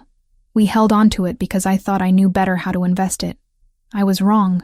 It's yours to use however you see fit." Violet stared at the check. The amount would fully fund the sanctuary for its first 3 years of operation. "This is too much. It's not nearly enough to make up for what we cost you," Theodore said. "But it's a start. Use it for the sanctuary. Your grandmother would have loved that."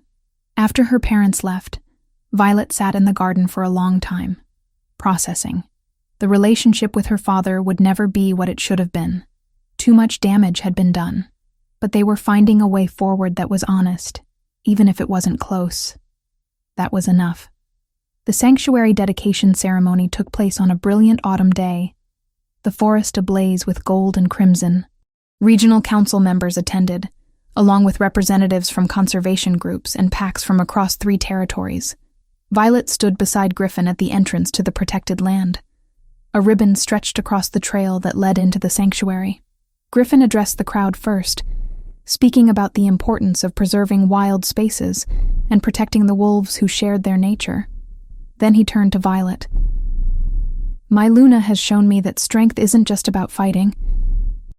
It's about healing. It's about taking something broken and making it whole again. This sanctuary represents that vision, a place where what was once threatened can now flourish. It's my honor to give her the stage." Violet stepped forward, her voice carrying clearly across the assembled crowd. 6 months ago, I stood in this forest, broken and lost, convinced I had no value. Today, I stand here as Luna of Riverbend, as the founder of this sanctuary, as proof that our worst moments don't define us. They refine us. They show us what we're capable of surviving and what we're capable of building from the ruins. She took the scissors from Nathan and cut the ribbon. The Hayes Westbrook Wildlife Sanctuary is officially open. Applause erupted. Griffin pulled her into a kiss that made the crowd cheer louder. Through their bond, Violet felt his absolute joy, his pride, his unwavering love. As the crowd dispersed to tour the sanctuary trails, Griffin and Violet walked to the highest point of the protected land. Below them, forest stretched in every direction, wild and beautiful and safe. "I keep thinking about that wedding dress," Violet said quietly, "the one Scarlet destroyed. At the time it felt like the worst thing that could happen, like an omen of everything that would go wrong. And now?" Griffin asked, his arm around her waist. "Now I think maybe it was exactly what needed to happen. That dress was for a marriage built on lies. I needed it destroyed so I could find my way to something real." Griffin turned her to face him, his honey-colored eyes warm with love. "You found your way to yourself. I just had the good fortune to be in your path when you did. Best trespassing incident of my life," Violet said, making him laugh. They stood together, watching the sun paint the sky in shades of gold and rose. Below, wolves moved through the sanctuary, already claiming it as their home. Ivy was giving a tour to visiting council members. Nathan was coordinating with rangers about patrol schedules. The pack was thriving, and Violet was part of it. She had lost so much over the past year. A marriage, her faith in her family, her sense of safety, but she had gained infinitely more. She had found her strength, her purpose, her true mate. She had learned that being broken wasn't the same as being defeated, that healing was possible, that she deserved love that was real and chosen and absolutely hers. Griffin's hand found hers, their fingers intertwining as naturally as breathing. Through their bond, she felt his contentment, his certainty that they were exactly where they belonged. The future stretched before them, full of possibility and promise, and Violet was ready for all of it.